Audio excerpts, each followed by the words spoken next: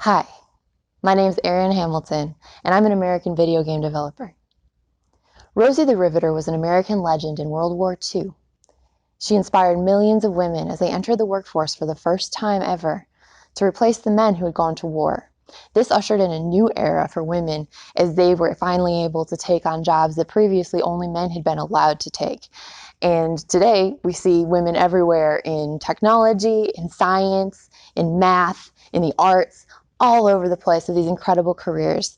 And currently, there are not very many opportunities for women to get into STEM. We're working on it, but there's just not enough.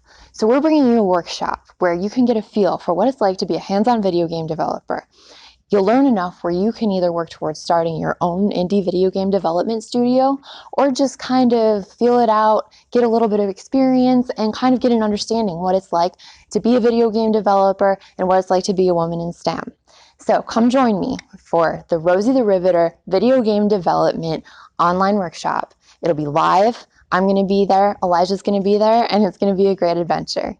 We can do it.